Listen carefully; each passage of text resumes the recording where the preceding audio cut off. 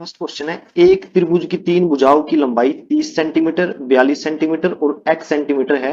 निम्नलिखित में से क्या सही है? देखिए, तीन जो साइड्स दी होती है ट्रायंगल की, हमें बताना होता है कि कौन सी कंडीशन में ट्रायंगल बनेगी। तो उसके लिए आप ध्यान रखिए, जो तीसरी साइड है, मान लीजिए हमसे यहाँ एक्स एक्स से रिलेटेड इक्वेशन पूछी है, तो तीसरी साइड है वो हमेशा छोटी होती है बाकी की दो साइड के सम के।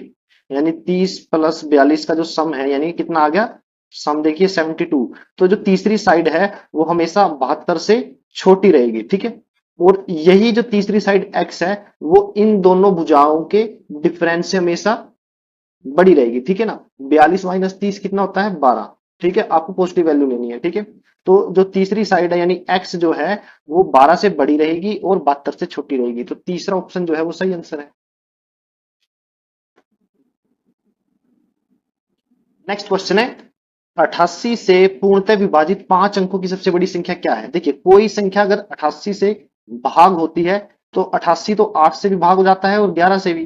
ठीक है, अगर कोई संख्या 88 से भाग होती है तो वो 8 से भी हो जाएगी और 11 से भी। ठीक है, तो पहले मैं 8 के लिए चेक करता हूं। देखिए, कोई संख्या 8 से तभी भाग होगी अगर उसके लास्ट के तीन डिजिट भी 8 से भाग हो गई। तो आप देखिए, फर्स्ट ऑप्शन में 990 को मैं 8 से भाग करूंगा तो ये पूरी तरीके से भाग नहीं होगा, तो मतलब ए ऑप्शन हमारा क्या है, गलत है।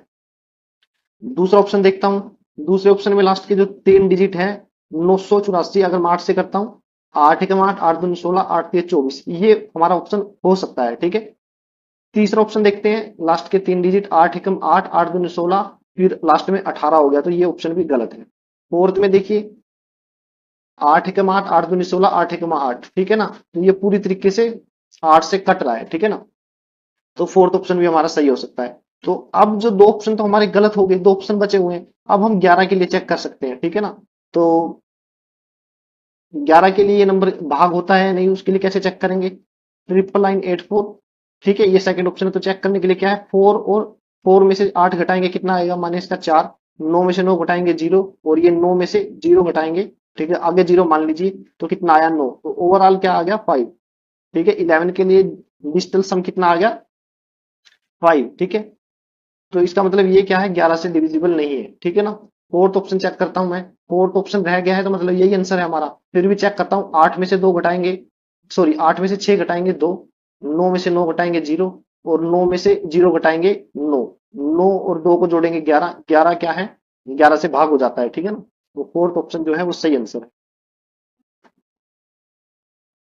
नेक्स्ट क्वेश्चन है, निम्नलिखित पाई चार्ट एक स्टोर में पांच कंपनियां ए बी सी डी और ई के लैपटॉप की मासिक बिक्री को दर्शाता है। देखिए, ये जो पांच कंपनियां हैं, A B C D E, और ये क्या करती हैं, लैपटॉप बेचती है, ठीक है ना। इसकी बिक्री को दर्शा रहा है। टोटल क्या है, 100%, सबकी बिक्री क्या है, टोटल मिला के 100%, ठीक है। यदि स्टोर एक महीने में 2500 लैपटॉप बेच देता है, ठीक है, यानी 100% की वैल्यू कितनी दी हुई है, 2500।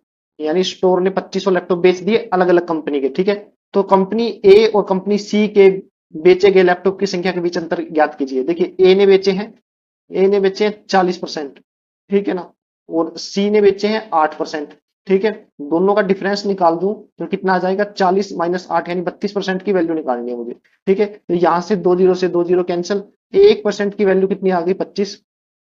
तो 32% की वैल्यू निकालेंगे तो कैसे निकालेंगे, 25 × 32, ठीक है, 25 दूनी 50, 0 5, 5 को माइंड में रखेंगे, 25 या 75 और 5 80। तो टोटल कितना आ गया, 800, ठीक है ना। दोनों का डिफरेंस कितना है, 800। तो तीसरा ऑप्शन सही आंसर है।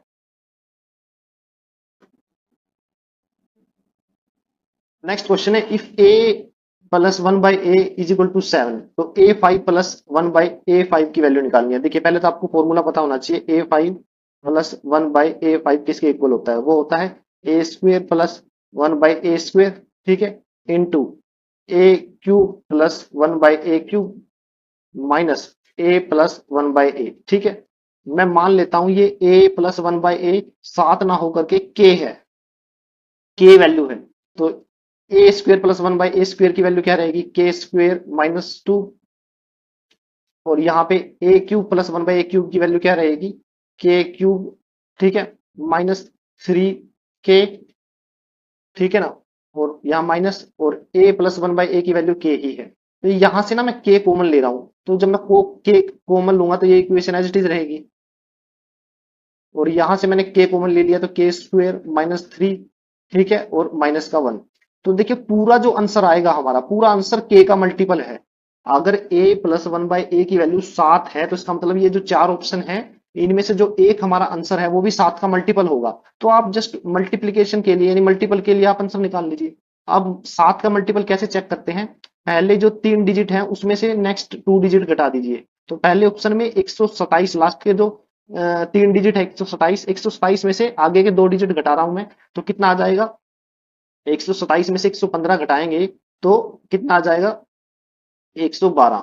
ठीक है, अब हमें देखना है 112 क्या 7 से भाग होता है? 7 एकम 7, और फिर क्या आ जाएगा? 5 52, ठीक है, सॉरी 7 एकम 7, 4 आ गया, 7 6 42, ठीक है। तो ये जो पहला ऑप्शन है 7 से भाग हो रहा है, तो ये हमारा आंसर हो सकता है। दूसरा चेक करता हूं, 127 में से 13 घटा देंगे, ठीक है ना, तो 114 आ जाएगा। ठीक है, 7 से काटते हैं, 7 एकम 7 4 44 आ गया, वो 7 से नहीं कटता, तो दूसरा ऑप्शन हमारा गलत है। फिर 527 में से 14 घटाएंगे, 513, इसको 7 से भाग करेंगे, सतु सता 49, 2 रह गया, और 23, तो 23 7 से भाग नहीं होता, तीसरा ऑप्शन भी गलत है। फिर इसमें देखिए 512 में से 11 घटाएंगे तो कितना आ गया? 501, और 7 से करेंगे, सतु सतु 49, एक रह गया, और ये एक यहाँ पे 11, 11 7 से भाग नहीं होता, तो फोर्थ ऑप्शन भी गलत है। तो पहला ऑप्शन हमारा सही आंसर है। आपको कैलकुलेशन पूरा नहीं करनी है, ठीक है ना। नेक्स्ट क्वेश्चन है cos 47 into sec 133 plus sign 44 और कोसिकेंट 136 दिया हुआ है, ठीक है। तो इसको कैसे सोल्व करेंगे? देखिए cos 47 as it is, cos 47 as it is, और sec को मैं लिख सकता हूं 180 माइनस 47, ठीक है। तो 180 माइनस 47 क्या होता है? 133 रहेगा। साइन 44 इंटू कोसिकेंट 136 को लिख सकता हूं 180 माइनस 44, ठीक है। तो कोसिकेंट 47, अब सीकेंट जो है 180 माइनस 47 है, तो 180 पे फंक्शन चेंज नहीं होता, सीकेंट फंक्शन सेम रहेगा, सीकेंट 47। और ये जो है 180 माइनस 47 सेकंड क्वाड्रेंट में रहता है, तो सीकेंट सेकंड क्वाड्रेंट में क्या रहेगा? माइनस, तो मैं बाहर माइनस लगा देता हूं, ठीक है। प्लस साइन 44 इंटू, ये क्या है? कोसिकेंट सेकंड क्वाड्रेंट में है तो ये पॉजिटिव होता है, साइन और कोसिकेंट सेकंड क्वाड्रेंट में पॉजिटिव होते हैं, तो ये कितना आ गया? Cosecant 45, sorry 44। तो कोस 47 माइनस का इंटू सीकेंट क्या है? कोसिकेंट का उल्टा होता है, तो कोस 47 1 by cos 47 plus sign 44 into 1 by sine 44। तो ये इससे कैंसिल हो जाएगा तो 1 आएगा, इससे ये कटेगा तो 1, ये माइनस का 1, ये प्लस का 1, तो ये भी कैंसिल हो जाएंगे, तो आंसर क्या आया? 0, ठीक है। थर्ड ऑप्शन हमारा सही आंसर है। नेक्स्ट क्वेश्चन है ए बी सी 1200 मीटर लंबे एक गोलाकार ट्रैक के चारों ओर एक बिंदु से शुरू करके 2 4 और 6 मीटर पर सेकंड की गति से एक साथ दौड़ते हैं। ए और बी एक ही दिशा में दौड़ते हैं, जबकि सी जो है अन्य दो के विपरीत दिशा में दौड़ता है। वे कितने समय बाद पहली बार मिलेंगे? देखिए ये क्या है? सर्कुलर ट्रैक, ठीक है, और इसकी लंबाई कितनी है? 1200 मीटर, 1200 मीटर। तो ए क्या कर रहा है और बी क्या है? दोनों एक ही डायरेक्शन में दौड़ रहे हैं, ए और बी, और इनकी स्पीड क्या है? ए की 2, बी की 4 है। सी क्या है? इनके ऑपोजिट है, और इसकी स्पीड क्या है? 6 मीटर पर सेकंड, ठीक है ना। तो हमें क्या निकालना है कि वो तीनों क्या करेंगे, कब मिलेंगे। तो मैं ना पेयर बना लेता हूं। देखिए इस तरह के क्वेश्चन को करने का क्या तरीका है, आप पेयर बना के, ठीक है, मीटिंग पॉइंट निकालिए और फिर उनका एलसीएम ले लीजिए, ठीक है ना। तो देखिए ए और बी का मैं मीटिंग पॉइंट निकालता हूं कि कितने समय बाद वे आपस में मिलेंगे, ठीक है। तो ए और बी क्या है? टाइम कैसे निकालेंगे? डिस्टेंस अपॉन स्पीड, ठीक है ना। डिस्टेंस कितना है? 1200 मीटर, और स्पीड क्या रहेगी? देखिए ए और बी सेम डायरेक्शन में है, तो स्पीड रहेगी रिलेटिव, ठीक है ना। और जो ज्यादा कितनी है? 4, 4 माइनस 2 करेंगे तो रिलेटिव स्पीड क्या आएगी?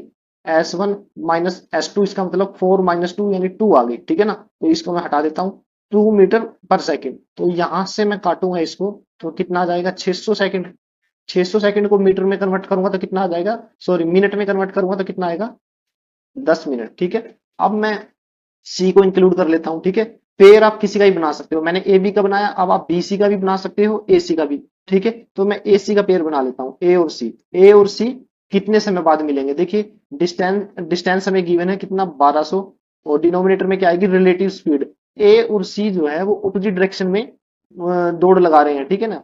तो स्पीड क्या हो जाएगी? जुड़ जाएगी, 6 और 2 कितने होते हैं? 8। ठीक है, तो 8 से काटेंगे, 8 है 8, 8 पंजो 40, 0, यानी 150 सेकंड जो आ गया, टाइम आ गया। 150 सेकंड किसके इक्वल होता है? 2.5 मिनट के। ठीक है ना, तो देखिए अब ए और बी मिलते हैं 10 मिनट के बाद, और ए और सी मिलते हैं 2.5 मिनट के बाद। आप ना थोड़ी देर के लिए मान के चलिए कि ये दो पॉइंट का, ये दो लोगों का मीटिंग पॉइंट ना होकर के ये कोई एक नया मैं वेरिएबल देता हूं, एक्स का मीटिंग पॉइंट है, और ए और सी को मैं नया नाम दे देता हूं वाई। ठीक है, तो एक्स और वाई का मीटिंग पॉइंट दिया हुआ है, मतलब टाइम दिया हुआ है। ठीक है, तो हमें निकालना ये दोनों कब मिलेंगे, कब मिलेंगे, एलसीएम ले लीजिए इन दोनों का। एलसीएम 10 का और 2.5 का एलसीएम क्या रहेगा, 10 मिनट रहेगा। तो हमारा आंसर आ गया कि 10 मिनट के बाद ये तीनों ए बी और सी आपस में मिलेंगे। कैसे निकालना था, कोई दो दो के पेयर बना लीजिए और जो टाइम आएगा उस टाइम का एलसीएम निकाल दीजिए। ठीक है,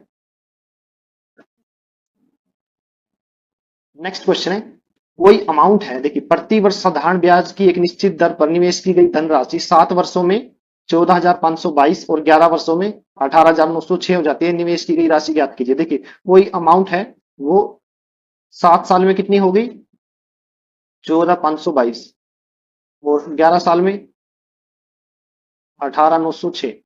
ठीक है ना, तो अगर मैं दोनों का डिफरेंस लूं, ठीक है ना, 7 साल में जो अमाउंट हुई थी उसके ऊपर एसआई लगा। ठीक है ना, कितने साल तक, 7 में 4 जोड़ेंगे यानी 4 साल तक एसआई लगा, तभी तो वो 18,906 हुई। तो 4 साल का एसआई कितना आ जाएगा, 4 साल का एसआई आएगा 18,906 में से 14,522 घटाऊंगा, कितना आएगा, 2, 8, और ये 3, 4, यानी 4,382 4 साल का एसआई आ गया। तो 4 से मैं काटूंगा, ठीक है, 1, 0, 4×9 = 36। ठीक है, और देखिए यहाँ पे 4 आएगा। ठीक है, ठीक है ना, 4,384। ठीक है ना, तो अब 4 से काटेंगे, 4 4 एकम 4, 0, 4×9 = 36, 4×6 = 24, 1,096 क्या आ गया एसआई। साधारण ब्याज 1 साल का 1,096 आ गया। अब हमसे पूछा है निवेश की गई राशि बताइए। देखिए जो निवेश की गई राशि थी उसके ऊपर 7 साल का एसआई लगा, तभी तो वो 14,522 हुई। अगर इस 14,522 में से 7 साल का एसआई घटा दूं तो मेरे पास पी की वैल्यू आ जाएगी। तो 1 साल का एसआई 1,096, तो इसको 7 से गुना करके देखिए तो 7 साल का एसआई आ जाएगा। तो वो कितना आएगा, 7×6 = 42, 4 माइंड में रखेंगे, 9×7 = 63 और 4 = 67, उसको एज इट इज लिख दीजिए, और 7 एकम 7। ठीक है ना, 7,672 क्या आ गया हमारा 7 साल का एसआई। तो इसको घटा देंगे, घटाने के बाद हमारे पास जो वैल्यू आएगी वो क्या रहेगी, निवेश की गई धनराशि यानी अमाउंट। ठीक है ना, 2 - 2 0, और यहाँ पे 12 - 7 5, और यहाँ पे 14 - 6 8, 13 रह गया 6850। ठीक है ना, तो ऑप्शन जो फर्स्ट है वो सही आंसर है। नेक्स्ट क्वेश्चन है, यदि एक समबाहु त्रिभुज की भुजा में 34% की वृद्धि कर दी जाए तो उसके क्षेत्रफल में कितने प्रतिशत की वृद्धि होगी। देखिए एरिया किसके इक्वल होता है, √3/4 ए स्क्वायर, भुजा का स्क्वायर है, और एक भुजा में अगर 34% की वृद्धि है तो दूसरी दूसरी बार भी 34% की वृद्धि होगी। ठीक है ना, ठीक है, ए का स्क्वायर है तो 2 बार होगी। ठीक है, और ओवरऑल अगर हम परसेंटेज निकाल दें तो वो किस में वृद्धि हो जाएगी, क्षेत्रफल में। ठीक है, तो इसके लिए क्या फॉर्मूला होता है, x+y+x(y/100), राइट। तो आप देखिए 34+34+34 गुना 34, ठीक है, डिनोमिनेटर में क्या आ जाएगा, 100। ठीक है, ये फॉर्मूले के अकॉर्डिंग है। 34 का स्क्वायर करेंगे 16, 9 और 24, तो कितना आ जाएगा, 6 5 11। ठीक है ना, तो यहाँ पे कितना आ गया इसकी जगह, 1156, और नीचे 100 है उसकी जगह डेसिमल लगा देंगे। ठीक है, तो इन दोनों को जोड़िए, 34 और 34 68, 68 में 11.56 जोड़ेंगे तो मेरे पास आएगा 79.56%। ठीक है, तो सेकंड ऑप्शन सही आंसर है।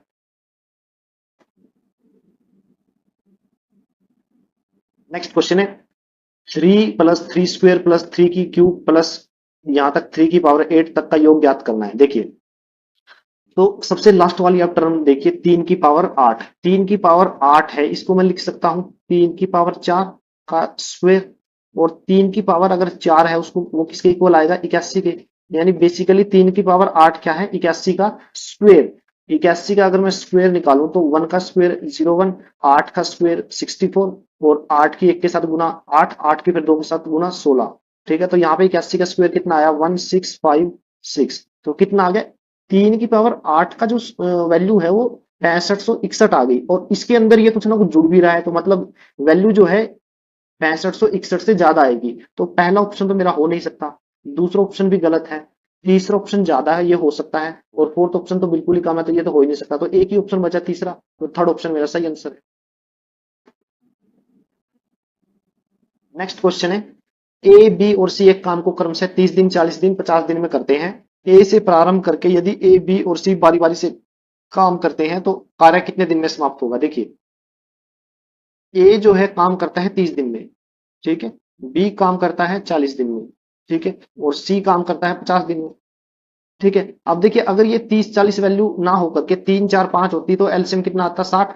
अब कितनी है, 30 40 50, तो अब एलसीएम कितना आ गया, 600। तो ए की एफिशिएंसी कितनी आई, 600/30 यानी 20, ठीक है। बी की एफिशिएंसी कितनी आई, 15, और सी की एफिशिएंसी कितनी आई, 12, ठीक है। ए बी और सी की एफिशिएंसी आ गई, अगर मैं तीनों की इकट्ठी एफिशिएंसी निकालूं, तीनों की इकट्ठी एफिशिएंसी कितनी है, 20 और 15 35 और 12 47, तो यानी वो तीनों मिलके जो काम करते हैं 47 यूनिट करते हैं, ठीक है ना, ठीक है। लेकिन इन तीनों की एफिशिएंसी निकालने का क्या मकसद था, कि आगे इसका यूज हो। आप देखिए, ए ने काम स्टार्ट किया, ए ने काम स्टार्ट किया पहले दिन, फिर दूसरे दिन बी ने काम स्टार्ट किया, मतलब काम किया, फिर सी ने काम किया, तीनों ने मिलके 3 दिन में कितना काम कर लिया, 47 यूनिट, यानी 47 यूनिट काम किया, कितने दिन में, 3 दिन में, 3 डेज में, ठीक है। और काम कितना करना है, 600। तो 47 को किससे गुना करूं कि 600 के पास आए, तो 47 दाए 470, ठीक है, और फिर 47 94 और जोड़ेंगे तो तकरीबन 600 के करीब आ जाएगा, ठीक है ना। तो इसका क्या करिए, 12 गुना कर दीजिए, 12 गुना, ठीक है, 12 सते 84, 8 माइंड में रखेंगे, 12 चौक 48 और 8 56, 564 यूनिट तो हमने कितने दिन में कर दी, इसको भी 12 से गुना कर दीजिए, तो 12 36, 36 दिन में हमने कितना काम कर लिया, 564, 564 जो काम था वो हमने 36 दिन में कर लिया, डिफरेंस कितना आया, 6 और 3 36, अब 36 यूनिट काम बचा हुआ है, 36 यूनिट काम बचा है, अब बारी किसकी आई, ए की।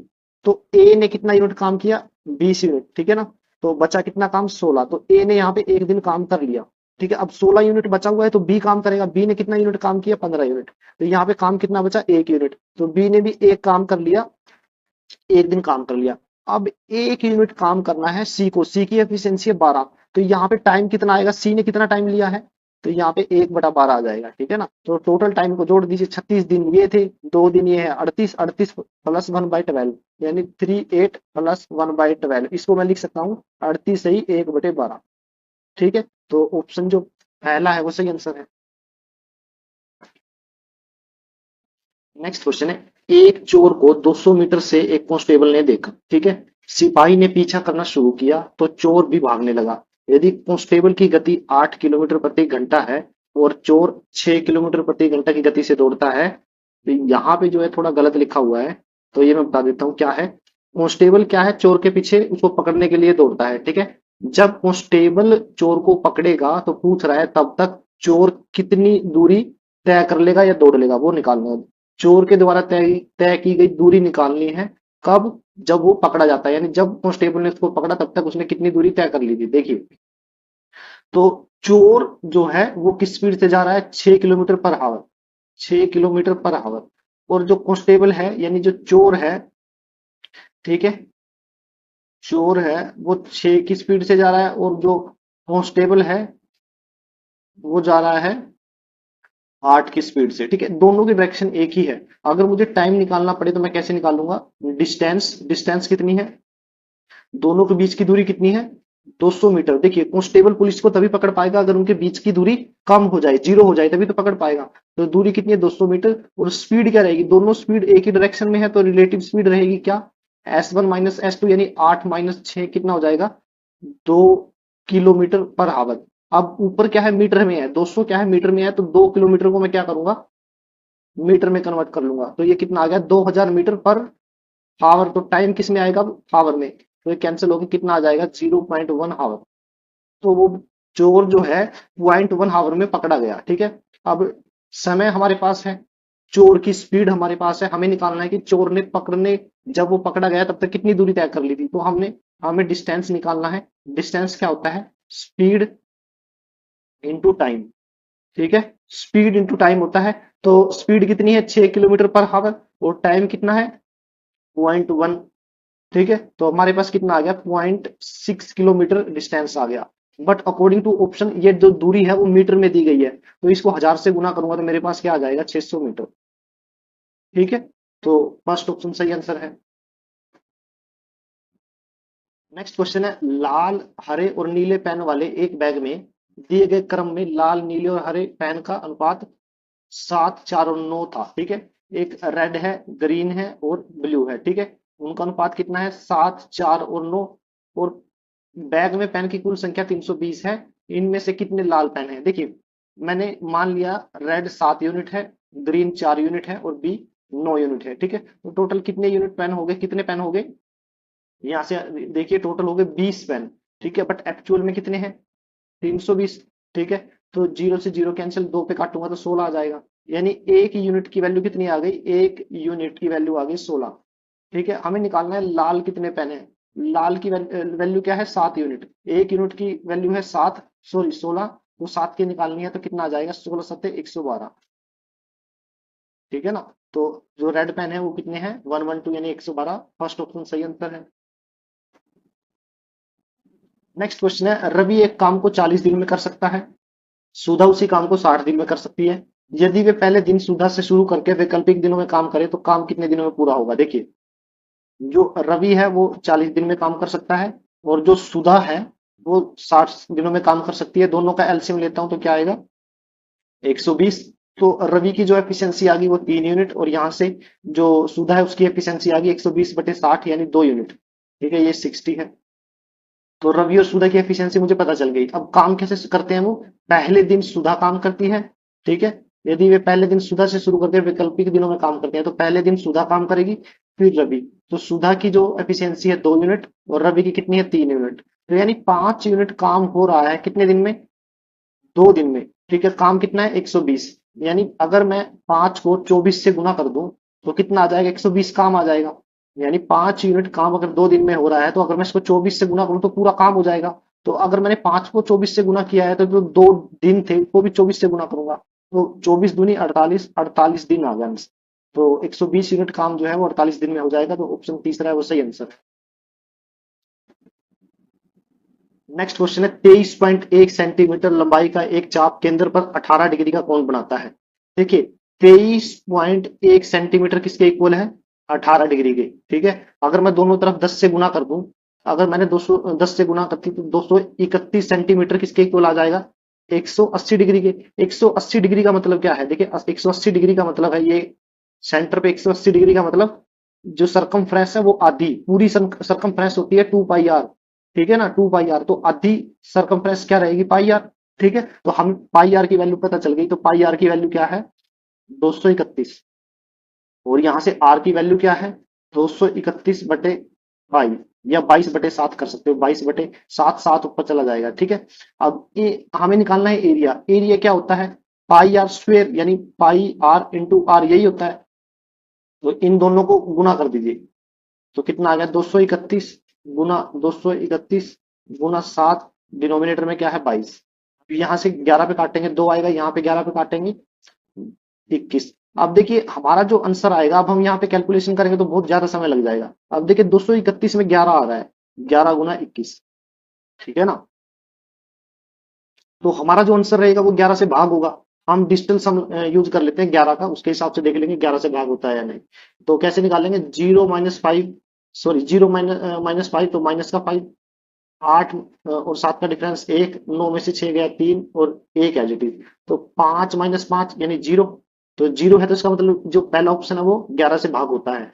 दूसरा ऑप्शन 0 - 5 माइनस का 5, 8 में से 8 घटाएंगे 0, 6 में से 9 में से 6 घटाएंगे माइनस का 3, सॉरी प्लस का 3, और ये एक एज इट इज। तो प्लस का 4 और माइनस का 5, माइनस का 1, प्लस में 11 जोड़ देंगे तो क्या आ जाएगा 10। तो 10 आया है तो मतलब ये 11 से भाग नहीं होता। ठीक है, कटता नहीं है। तीसरा ऑप्शन 0 और 5 का डिफरेंस माइनस का 5।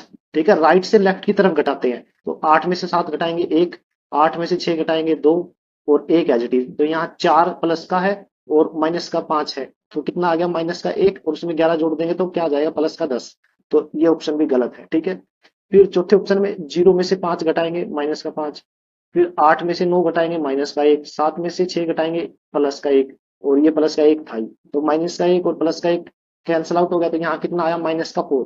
इसमें 11 जोड़ेंगे तो कितना आ जाएगा प्लस का 7। तो ये भी गलत है। फर्स्ट ऑप्शन हमारा सही आंसर है।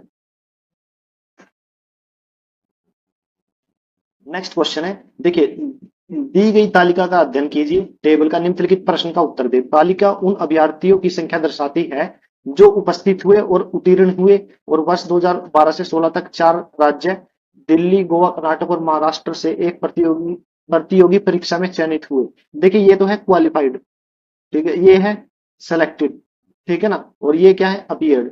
ठीक है, अपीयर्ड कितने हुए, फिर उसमें कितनों ने क्वालिफाई किया, और बाद में सिलेक्टेड कितने हुए। ठीक है, क्वेश्चन क्या है, ठीक है, क्वेश्चन है the number of candidate selected from Maharashtra.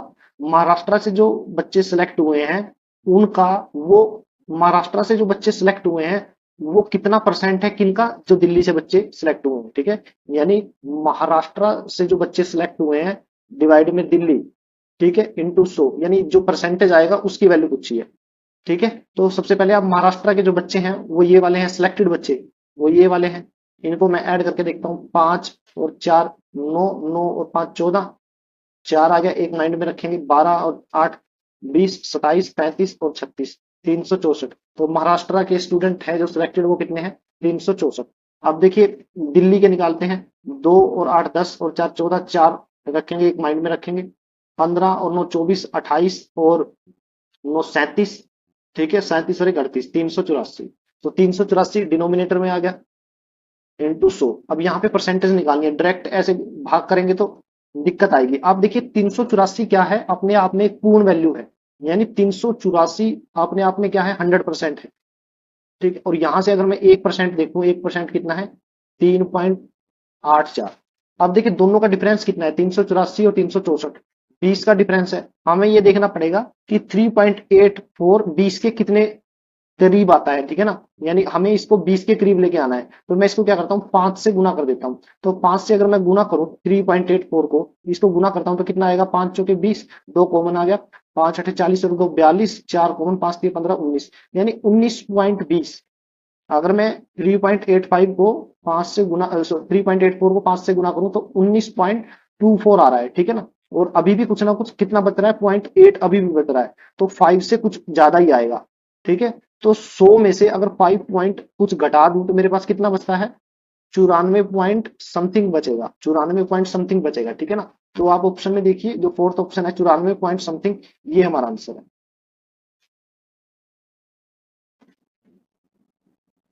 Next question है, यदि tangent pi by 6 plus second pi by 6 बराबर है एक्स के, तो एक्स का मान ज्ञात कीजिए। देखिए टेंजेंट पाई बाई 6 मतलब 30 डिग्री, टेंजेंट 30 डिग्री किसके इक्वल होता है, 1/√3, और सेकेंड 30 होता है 2/√3। ठीक है, √3 एलसीएम लेंगे तो ऊपर क्या आ जाएगा 1 + 2 यानी 3/√3, तो किसके इक्वल आ जाएगा ये, √3 के। ठीक है, तो ऑप्शन जो फर्स्ट है वो सही आंसर है। नेक्स्ट क्वेश्चन है, आधार त्रिज्या 6 सेंटीमीटर, ऊंचाई 8 सेंटीमीटर वाले शंकु का संपूर्ण पृष्ठीय क्षेत्रफल क्या है। देखिए संपूर्ण पृष्ठीय यानी टोटल सरफेस एरिया किसके इक्वल होता है, pi r into r plus l. L क्या है, स्लैंट हाइट। तो शंकु यानी कोन का जो मुझे एरिया निकालना है, तो उसकी जो बेस रेडियस है वो कितनी है 6, हाइट कितनी है 8, तो स्लैंट हाइट पाइथागोरस थ्योरम से कितनी आ जाएगी 10। ठीक है, क्योंकि 3 4 और 5 बहुत फेमस ट्रिपलेट है, तो तीनों को 2 से गुना कर दीजिए, तो ट्रिपलेट क्या बना 6 8 और 10, ठीक है ना। तो ये 10 हमें डायरेक्ट पता चल गई। ठीक है, तो इस फॉर्मूले में रखते हैं, पाई की वैल्यू 22/7, ठीक है, आर की वैल्यू कितनी है 6, और आर प्लस एल कितना है 16, ठीक है ना, 10 + 6 16। तो अब देखिए यहाँ पे 22 को 7 से भाग करूंगा तो मेरे पास आएगा 3.14 गुना 16×6 = 96, ठीक है ना। अगर मैं इसको 100 भी मानूं और इसको 3 मानूं तो मेरा आंसर किसके इक्वल रहेगा 300 के, लेकिन ये 96 जो है वो 100 से कम है, और जो 3 है वो 3 से थोड़ा ज्यादा है, तो मेरा जो आंसर है वो 300 के काफी करीब रहेगा। अब चारों ऑप्शन देख लीजिए, चारों ऑप्शन में जो थर्ड ऑप्शन है यही 300 के काफी करीब है, तो ये मेरा आंसर। ठीक है, नेक्स्ट क्वेश्चन है 15 पुरुष एक काम को 25 दिनों में कर सकते हैं, 25 महिलाएं उसी काम को 40 दिनों में कर सकते हैं। यदि सभी 15 पुरुष यानी पहले भी 15 पुरुष थे और अब भी 15 पुरुष हैं और पहले भी 25 महिलाएं थी, अब भी 25 महिलाएं हैं, एक साथ कार्य करें तो कार्य कितने दिनों में पूरा होगा। देखिए आप 15 पुरुष को ना ए मान लीजिए, ए कोई अल्फाबेट, और 25 महिलाओं को आप बी मानिए। तो अब स्टेटमेंट क्या बनी, ए कोई व्यक्ति है, व्यक्ति मतलब ग्रुप है जो एक काम को 25 दिनों में कर सकता है। देखिए ए कोई ग्रुप है, ग्रुप किसका, 15 पुरुष का, हमें 15 पुरुष से कोई लेना देना नहीं है। ए कोई ग्रुप है जो काम को 25 दिनों में करता है, बी कोई ग्रुप है जो 25 महिलाओं का है, वो काम को 40 दिनों में करता है। तो हमसे पूछा है ए और बी दोनों मिलकर काम को कितने दिनों में करेंगे। काफी इजी क्वेश्चन है, हम एलसीएम निकाल लेते हैं, 25 और 40 का कितना आएगा दोस्तों। ठीक है, तो यहाँ से ए ग्रुप की एफिशिएंसी 8 आ गई और बी ग्रुप की कितनी आई है 5, और ए और बी दोनों की एफिशिएंसी कितनी आ गई 13। ठीक है, मुझे टाइम निकालना है तो वो किसके इक्वल होता है, टोटल वर्क बटे एफिशिएंसी। तो 13 एकम 13, 7 बच गए 70, 13 पंजे 65, 13 पंजे 65 और 5 शेषफल बचा, तो 15 सही, 5/13 क्या आ गया हमारा आंसर आ गया, ये टाइम आ गया है। ठीक है ना, तो ऑप्शन जो पहला है वो सही आंसर है। नेक्स्ट क्वेश्चन है सुहानी अपनी 90,000 की पूरी आय पर 30% की दर से भुगतान करती है। सुहानी कितने परसेंट की दर से भुगतान करती है, 30%। और रितिका अपनी वाई यानी वाई आय नहीं दी गई है कि पूरी आय पर 40% की दर से भुगतान करती है, यानी रितिका 40% की दर से भुगतान करती है। यदि उनकी शिफ्ट आय पर कुल कर की दर 37% है, अब मीन वैल्यू भी दी हुई है, यानी कुल आय पर कितना है कर 37%, तो वाई का मान ज्ञात कीजिए। अब देखिए यहाँ पे जो रेशियो आएगा किसका, रीतिका और सुहानी का आएगा, तो डिफरेंस निकालिए, 37 - 30 यानी 7 आ गया। ठीक है, और 40 - 37 3। ठीक है ना, तो सुहानी की जो इनकम है वो 3 यूनिट है और रितिका की है 7 यूनिट, बट सुहानी की एक्चुअल में कितनी है 90,000, तो 3 यूनिट की वैल्यू 90,000 है, तो 1 यूनिट की वैल्यू कितनी आ जाएगी 30,000। हमें निकालनी है रितिका की कितनी है 7 यूनिट, तो 7 यूनिट की निकालेंगे तो कितनी आ जाएगी, 7 से गुना करेंगे 2,10,000। ठीक है, तो 2,10,000 रितिका की आय आ गई जो कि क्या थी वाई, तो यानी वाई की वैल्यू हमने ये निकाल ली। ठीक है, यही निकालना था, तो ऑप्शन जो फोर्थ है वो सही आंसर है। नेक्स्ट क्वेश्चन है प्रतिदिन 5 घंटे काम करके एक कार्य को 8 दिन में पूरा कर सकता है। देखिए कुछ काम है जिसको ए प्रतिदिन 5 घंटे करके 8 दिनों में पूरा कर सकता है। ठीक है, और प्रतिदिन 6 घंटे काम करके बी उसी काम को 10 दिनों में कर सकता है। काम बराबर है तो बी डेली 6 घंटे काम कर रहा है और 10 दिनों में काम कर देता है, तो यहाँ से काटिए जो कटता है, 5 पे काटेंगे 5 दूनी 10, फिर 2 पे काटेंगे 4, फिर 2 पे काटेंगे 2 और 3। ठीक है, तो यहाँ पे ए की एफिशिएंसी कितनी आ गई 3 यूनिट और बी की एफिशिएंसी आ गई 2 यूनिट। ठीक है, ए और बी की एफिशिएंसी पता चल गई। पूछ रहा है प्रतिदिन 8 घंटे काम करके वे संयुक्त रूप से कार्य को कितने दिन में पूरा करेंगे। देखिए बी जो है वो डेली 6 घंटे काम करके 10 दिन में जो काम कर रहा था, सेम काम को ए प्लस बी मिलके डेली 8 घंटे काम करके मान लीजिए डी दिन में काम पूरा करते हैं। तो ए बी की जो एफिशिएंसी है वो वैल्यू पुट कीजिए यहाँ पे, यहाँ क्या रखेंगे 2, 6 × 10 और ए और बी की वैल्यू कितनी आ गई 5 × 8 × डी। ठीक है ना, डी की वैल्यू निकालनी है तो कैसे निकालोगे, 5 दूनी 10। ठीक है, 2 पे कटेगा 4, फिर 2 पे कटेगा 2, फिर 2 पे काटेंगे 3, तो डी की वैल्यू आ गई 3 डेज। ठीक है, तो जो दूसरा ऑप्शन है वो सही आंसर है। नेक्स्ट क्वेश्चन है, हमें इस क्वेश्चन को सिंप्लीफाई करना है। देखिए जो न्यूमिनेटर में टर्म है, ठीक है, उसको मैं लिखता हूं एक्स की पावर 4 -2x² है, तो एक्स स्क्वेयर को अलग अलग लिख लेता हूं। ठीक है, +1 डिनोमिनेटर में आप देखिए x² 2x को लिख सकता हूं -x +1। ठीक है, अब करिए क्या, यहां से x² कॉमन ले लीजिए, x² कॉमन लूंगा तो अंदर क्या बचेगा x² -1, और यहां से इसके मैं थोड़ा इरेज कर देता हूं, और यहां से आप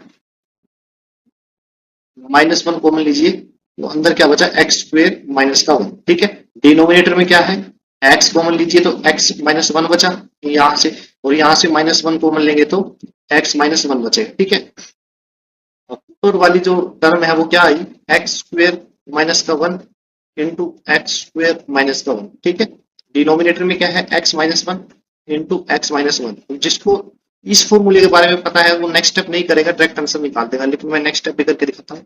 अब ये क्या फॉर्मूला बन गया ए स्क्वायर माइनस बी स्क्वायर का, तो इसको कैसे खोलेंगे, एक्स माइनस का one into x plus one, फिर से अब इसको खोलेंगे एक्स माइनस का वन और एक्स प्लस वन, ठीक है। ये ऊपर वाली टर्म है, डिनोमिनेटर में क्या है x minus one into x, ये एक्चुअली में क्या आएगा, हाँ एक्स माइनस वन, ठीक है। तो माइनस वाली टर्म तो ये कैंसिल हो जाएगी। अब इस टर्म की इसके साथ गुना, ठीक है, वो क्या रहेगी, तो फॉर्मूला बन गया एक्स प्लस वन का होल स्क्वायर किसके इक्वल होता है, x square plus to x plus one, ठीक है ना। यानी ऑप्शन जो थर्ड है वो सही आंसर है। नेक्स्ट क्वेश्चन है if x minus one by x is equal to under root six, तो x raised to the power eight minus one by x raised to the power eight की value find out करनी है। तो सबसे पहले हमें formula पता होना चाहिए, x की power eight minus one by x की पावर एट का फॉर्मूला क्या होता है, x की power four plus one by x की power four into x square plus one by x square into x plus one x x plus one by x into x minus one by x, ठीक है। इसमें ये value तो हमें पता है, ये कितनी है अंडर सिक्स, ये दिया हुआ है, ठीक है ना, ये दी हुई है। तो हमें सबसे पहले क्या निकालनी चाहिए, हमें निकालना चाहिए x square plus one by x square. इसका फॉर्मूला क्या है, अगर मैं अंडर रूट सिक्स को के मानता हूँ, फॉर्मूला क्या है के स्क्वेयर प्लस टू, ठीक है। अंडर रूट सिक्स का स्क्वेयर करेंगे तो 6 आएगा, प्लस उसमें दो जोड़ दीजिए, तो इसकी वैल्यू कितनी आ गई 8, ठीक है। फिर x raised to the power four plus one by x raised to the power four, ठीक है। यहाँ से कितनी आई है 8, 8 को आप a मान लीजिए, ठीक है, ठीक है। तो x की power four plus one by x की पावर फोर का फॉर्मूला क्या बना है, a की पावर दो प्लस सॉरी माइनस माइनस दो, ये फॉर्मूला होता है, ठीक है ना। तो a की वैल्यू कितनी है 8, 8 का स्क्वायर माइनस दो यानी कितना हो जाएगा, 8 फोर्टी 64 माइनस दो यानी 62 आ गया, 62। ये वैल्यू भी मुझे क्या पता चल गई 62, ठीक है। हमें x plus one by x की ओर निकालनी है, वो किसके इक्वल होता है under root x square plus, ठीक है। तो x सॉरी के स्क्वायर प्लस टू, क्योंकि ये वैल्यू के मानी हुई है, तो k की वैल्यू क्या है अंडर रूट सिक्स, और k का स्क्वायर निकालेंगे तो क्या आ जाएगा, यानी यहां से मैं रूट सिक्स का स्क्वायर करूंगा प्लस टू जोड़ सॉरी ये चार जुड़ेगा, एक्सट्रीमली सॉरी, ठीक है। तो ये चार जुड़ेगा, ठीक है ना, ये अंडर रूट, तो मेरे पास क्या आ जाएगा अंडर रूट 10, ठीक है। आप यहाँ पे इसकी जगह अंडर रूट 10 कर सकते हैं, ठीक है। अब इनकी गुना यानी हमें आंसर निकालना है यहाँ से, ठीक है।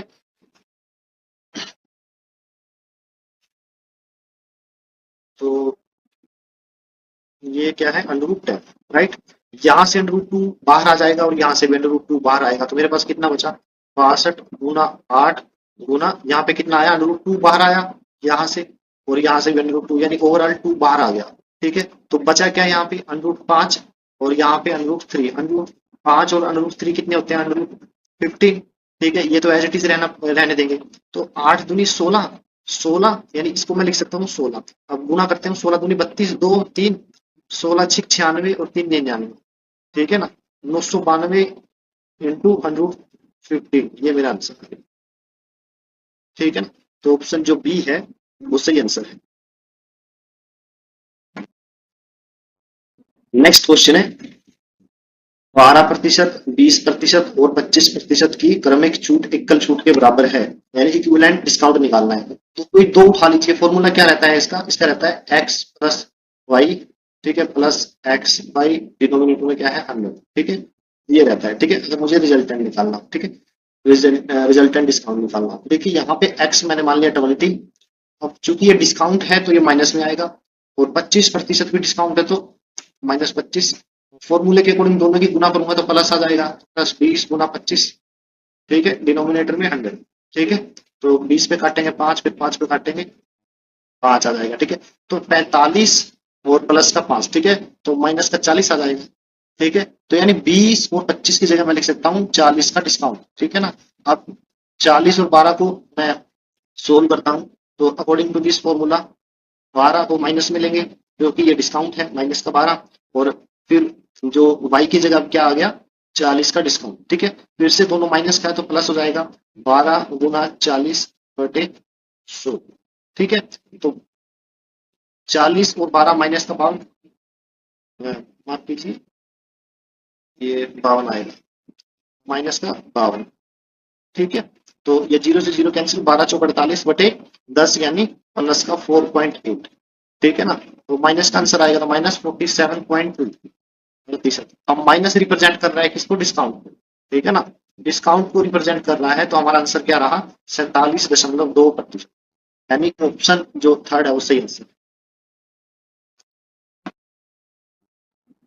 नेक्स्ट क्वेश्चन है, यदि साइन थीटा 4/5 है तो tangent theta minus cotangent theta का मान ज्ञात कीजिए। देखिए ट्रायंगल ड्रॉ करता हूं, साइन थीटा किसके इक्वल होता है, परपेंडिकुलर अपॉन हाइपोटेन्यूज। ये 90 डिग्री का एंगल है, ये परपेंडिकुलर, ये बेस, ये हाइपोटेन्यूज, ठीक है ना। तो साइन थीटा 4/5 दिया हुआ, यानी परपेंडिकुलर की वैल्यू कितनी है 4, और हाइपोटेन्यूज यानी कर्ण की वैल्यू कितनी है 5। तो हमें निकालना है tangent theta minus cotangent theta. यहां से टेंजेंट थीटा क्या आएगा, tangent theta minus cotangent theta हमें निकालना है। टेंजेंट थीटा क्या होता है, परपेंडिकुलर अपॉन बेस, ठीक है। लेकिन बेस हमें नहीं पता, पाइथागोरस थ्योरम से क्या आ जाएगा, बेसिक सा ट्रिपलेट होता है, ये बिल्कुल बेसिक है, 3 4 5, ठीक है ना। दो साइड 4 और 5, और तीसरी क्या हो जाएगी 3। तो टेंजेंट थीटा क्या आया, base sorry perpendicular upon base यानी 4/3, माइनस कोटेंजेंट किसके इक्वल होता है, इसका उल्टा होता है, यानी 3/4। तो यहां से एलसीएम कितना आ गया 12, 3 से काटेंगे 4 चौके 16, 16 माइनस 9 यानी 7/12 हमारा आंसर आएगा, ठीक है ना। ये हमारा आंसर, ठीक है। जो ऑप्शन तीसरा है वो सही आंसर है। नेक्स्ट क्वेश्चन है, राम मोहन को 20% लाभ पर एक सूटकेस बेचता है, ठीक है, और मोहन इसे 40% लाभ पर शाम को बेचता है। यदि शाम ने इसके लिए 1430 रुपए का भुगतान किया तो राम ने इसे किस कीमत पर खरीदा था। देखिए राम ने मान लीजिए एक्स रुपए में खरीदा था, ठीक है, तो उसने 20% लाभ पे बेचा, यानी एक्स का कितने प्रतिशत, 120, 20% प्रॉफिट भी हो गया और एक्स अपने आप में 100% है। तो 120/100 यानी 5 की चीज उसने 6 रुपए में बेची, ठीक है ना। तो यानी 6/5, ठीक है, इंटू फिर ये प्राइस से किसने खरीदा है, मोहन ने, मोहन ने। तो मोहन ने इस अमाउंट पे कितना प्रॉफिट कमाया, 40%, 40% मतलब 2 रुपए का प्रॉफिट 5 रुपए पर बेचा, कितने का, 5 की चीज को 7 रुपए में बेच दिया, यानी 5 की चीज को 7 रुपए में बेच दिया, ठीक है ना। और बेचने के बाद जो अमाउंट हुई वो कितनी थी, 1430। किसको बेचा, श्याम को बेचा था, श्याम ने 1430 रुपए दिए। हमें एक्स की वैल्यू फाइंड आउट करनी है, ठीक है। तो एक्स की वैल्यू कैसे निकालेंगे, 2 पे काट दीजिए, यहाँ 3 आ जाएगा, 60 ठीक है ना। और एक्स की वैल्यू कितनी आएगी, देखिए अब यहां से नोटिस करिए कि अब कुछ कट नहीं रहा है, ठीक है ना। ना तो ये 715 3 से कट रहा ना 7 से, ठीक है ना। तो जो कि कट नहीं रहा है तो जरूर जो हमारा आंसर आएगा वो डेसिमल में आएगा, डेसिमल में, ठीक है ना। कट नहीं रहा है तो हमारा आंसर डेसिमल में आएगा। तो पहले 3 ऑप्शन तो ऑटोमेटिकली गलत हो गए, ठीक है ना। बचा क्या है, सिर्फ फोर्थ ऑप्शन, ठीक है, मेरा आंसर, ठीक है ना।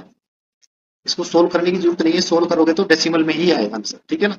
मैं कर चुका हूँ, ठीक है।